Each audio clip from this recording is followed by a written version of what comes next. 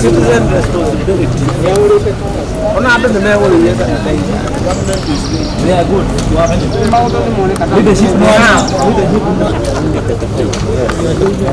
Mbogo has said we are here to kind of launch of this program where we wish to ensure that the people of Nyeri have sanitizers, they are using masks, because clearly it has come out that COVID-19 will be warded off by the wearing of masks and also the use of sanitizer. Like he has said, yes, this is a collaborative effort between ourselves and himself and his office. So we will be issuing today a total of 4,000 masks. We will also be issuing 4,000 small sanitizers that will go to individuals. And so really it is to ensure that at least we keep rid of this problem. This is why we are focusing on this in this town, and we want to ensure that every market, every vendor in the market has a mask and has also got their own sanitizer that they can use. Let's call upon the people of Nyeri to embrace what we are talking about. National government, and in this case, the health minister, H.E Kagwe, has continued to remind us to change our behavior. It cannot be business as usual. And this one also goes to social media users. It is not important now to focus on pettiness. As far as I'm concerned, it is important that we look at the bigger picture, where in excess of 50,000 Nyeri people will get sanitizer. They will get masks. From our end, we are going to distribute 100,000 masks. We are purchasing them from National Polytechnic here at Kenya shillings 40 per piece, and we want to ensure that they get to every other person. And out of what we have done in terms of labeling and putting whatever, one of the things we have been very clear and put in red is that this sanitizer is not for sale. So can't you focus on such, other than focusing on other issues, kibos sugar? And so we have recognized their efforts and our efforts together. And since so far, currently there is no other governor in Nyeri. The name is Mutahi Kahiga.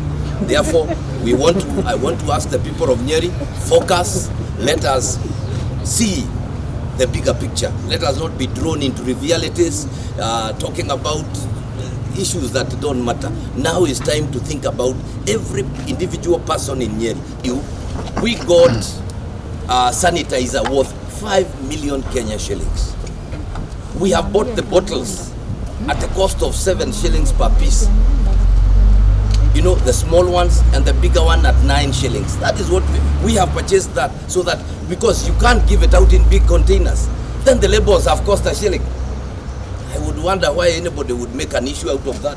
And anyway, this was just to ensure that now somebody walking around in Nyeri in the market can put this sanitizer. Give me this piece in the pocket. You just walk around with it, it's in your pocket. And it is yours once, and we will tell you this. In the event that this one gets finished, we will ask them to keep the bottles, and somebody may go around there and fill them in for them, because that is how it should be. And at this particular time, let us focus on those issues, and we need to come out and do something. Let us listen to what we are being asked to do. Unless we have business to do, let's stay at home. Let's avoid the streets. Let's avoid crowded places. Let's go slow, so that we may be here after COVID-19. And so as a county and as national government, we are focusing on ensuring there is food. As a county, we have set aside, in the first instance, about 10 million Kenya shillings, which we are going to use to purchase food. I have made a call out to other donors. Right now you can see my friend here. I don't know how many of you know Kasturi. He is here. He is here to bring us about 40 bales of maize meal. And we are asking others to also bring in maize meal, bring us beans, bring us rice, because that is the next phase. Unless we can take care of the people who have nothing else to do now. They have no business, they have no jobs, they are grounded to a halt. Even those that do menial jobs, we have to start thinking about them. And like I said yesterday, I also want to call upon even ourselves, those that have two, kindly give away one. I think there are many of us in Nyeri town and in Nyeri county who can afford 3 meals a day. Why don't you skip 1 meal and ensure that another family has something to eat? To those farmers out there who have some food, they have managed to get potatoes from the farms. We also ask them to keep holding on to that food, ensure that it is well kept so that it doesn't go bad, because definitely we might end up running for that food. To all our MCAs, they are 44.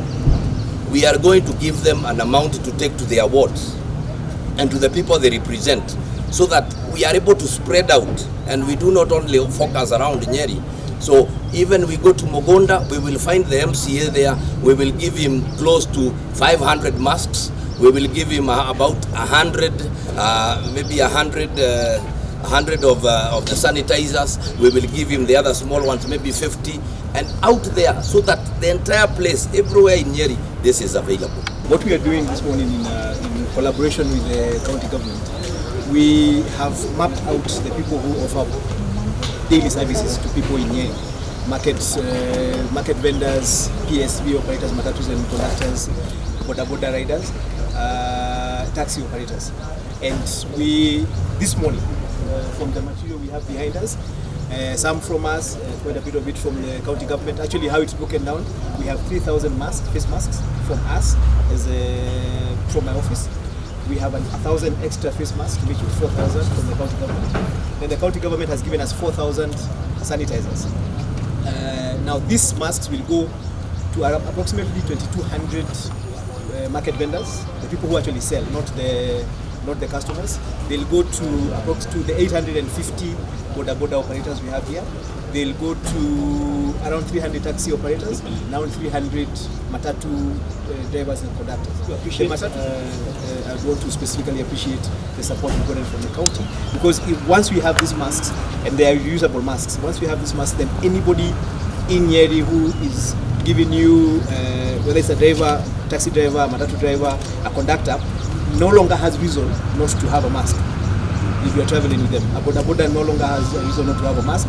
If you go to the market, you'll find the women and men who are selling to you commodities have masks.